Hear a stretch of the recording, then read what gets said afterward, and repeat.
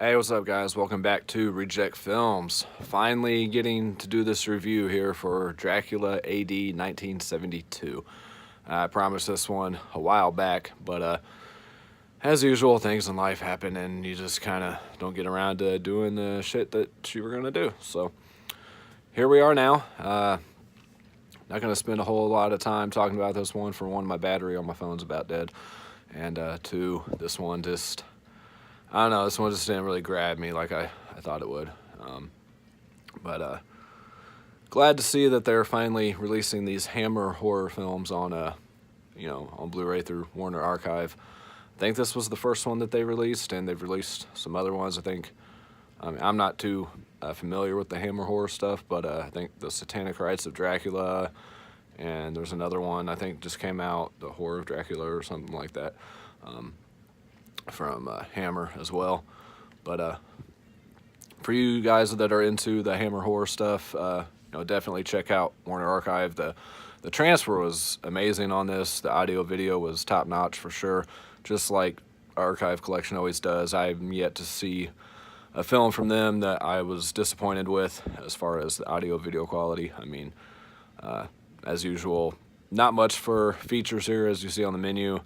You just got play movie, subtitles, and a trailer. So some of their releases have a few other features on there, but for the most part, that's about all you're going to get on the Warner Archive titles. So yeah, this movie is surprisingly from 1972, as the title suggests. It runs about 96 minutes. You have Christopher Lee as Dracula and Peter Cushing as Professor Van Helsing. Just a brief synopsis, which I will go ahead and show you guys the back as well if you want to pause it and read the back. If I can keep it in focus without shaking. You start out in 1872 where one of the Van Helsings is fighting Dracula, and they end up both dying in the fight there at the beginning. And there's a guy that comes along and takes the stake, or the makeshift stake, I guess,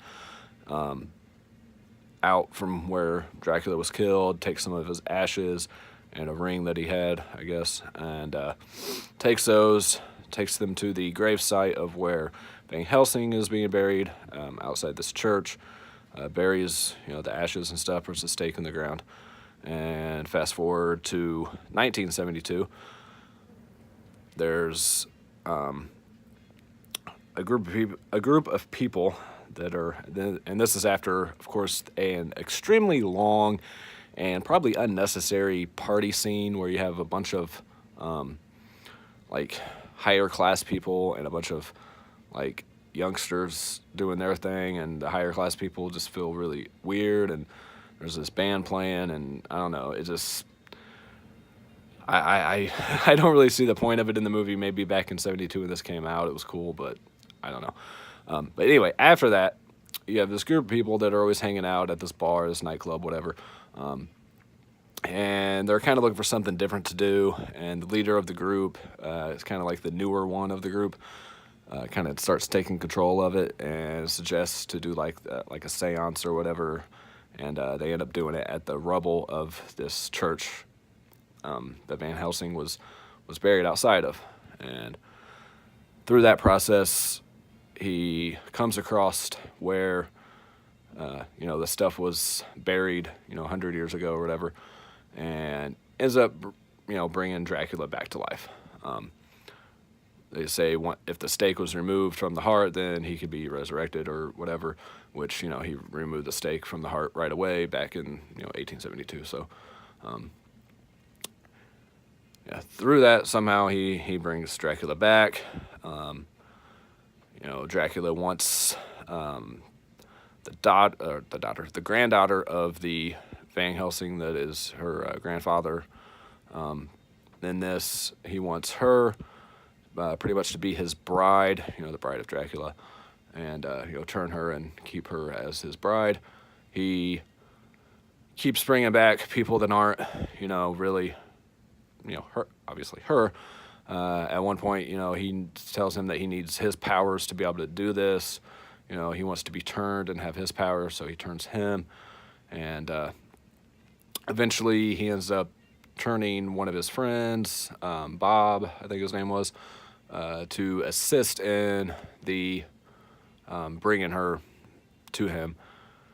And during all this too, you have, you know, Van Helsing is knows what's going on. He knows it's Dracula. He's trying to convince the cops and stuff, and you know they're not buying the vampires are real, just like, you know, in any other movie. He eventually, you know, confronts the Johnny character, trying to get him to tell her where she is, and you know they have a fight and all this, and he eventually finds his granddaughter and has a final battle with Dracula, which I'm not going to tell you how it ends. You guys can, you know, figure that out for yourselves. You know, but I don't want to give everything away in the movie, so that's why I just went over it really briefly. Like I said, this is one of those movies I think you had to see, you know, back in its heyday to really appreciate. I didn't hate it, didn't love it, just kind of, you know, there was parts that were just really boring. Other parts I kind of dug the cinematography and everything, like when he's outside, you know, the Johnny character's outside and removes the stake from the ground and stuff, the fog and the atmosphere and everything. It was pretty cool. The blood, of course, it's more of like a looks more like a paint or something than blood. The effects there at the beginning, where Dracula's turning into a skeleton and then nothing, is just like, you know, that stop motion type stuff, like whatever.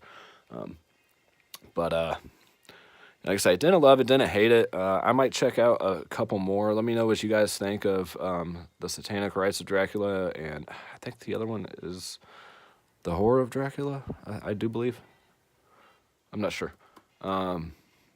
If you guys know any other Hammer horror films that are good, you know, let me know. If you guys have seen this, let me know what you guys think of this one. And yeah, I'm gonna keep this one under 10 minutes, and that's probably like a record or something. Yeah. It says, of course, I know it says something different up there. The Count is back with an eye for London's hot pants and a taste for everything.